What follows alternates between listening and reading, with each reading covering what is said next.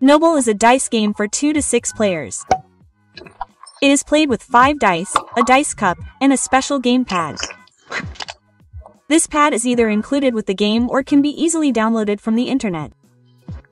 Each player holds one of these pieces of paper, on which their results are recorded.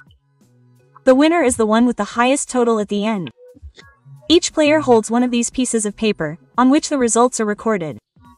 The winner is the one with the highest total at the end. The game is played with 5 dice in the dice cup. The players take turns in turn. In each round, the player may roll the dice up to 3 times in a row. In doing so, they may put matching dice aside and continue rolling with the remaining one.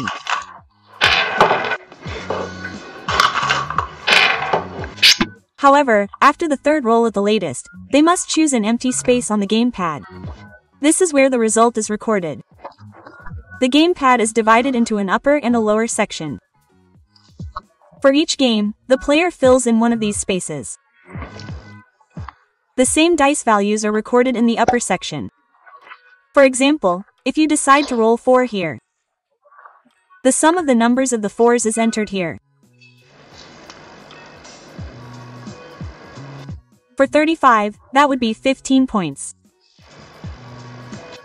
You can do this from the 1s to the 6s.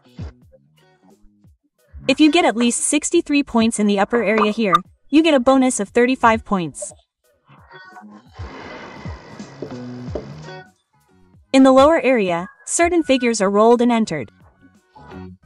In some puzzle blocks, there is a range of 1s and 2s here. This differs from version to version.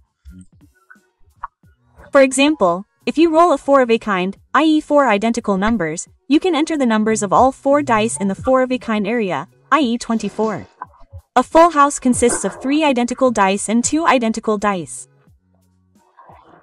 You get 25 points for this.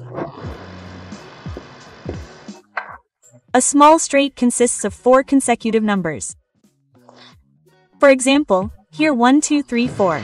You get 30 points for this. For the big straight consisting of 5 consecutive numbers, you even get 40 points.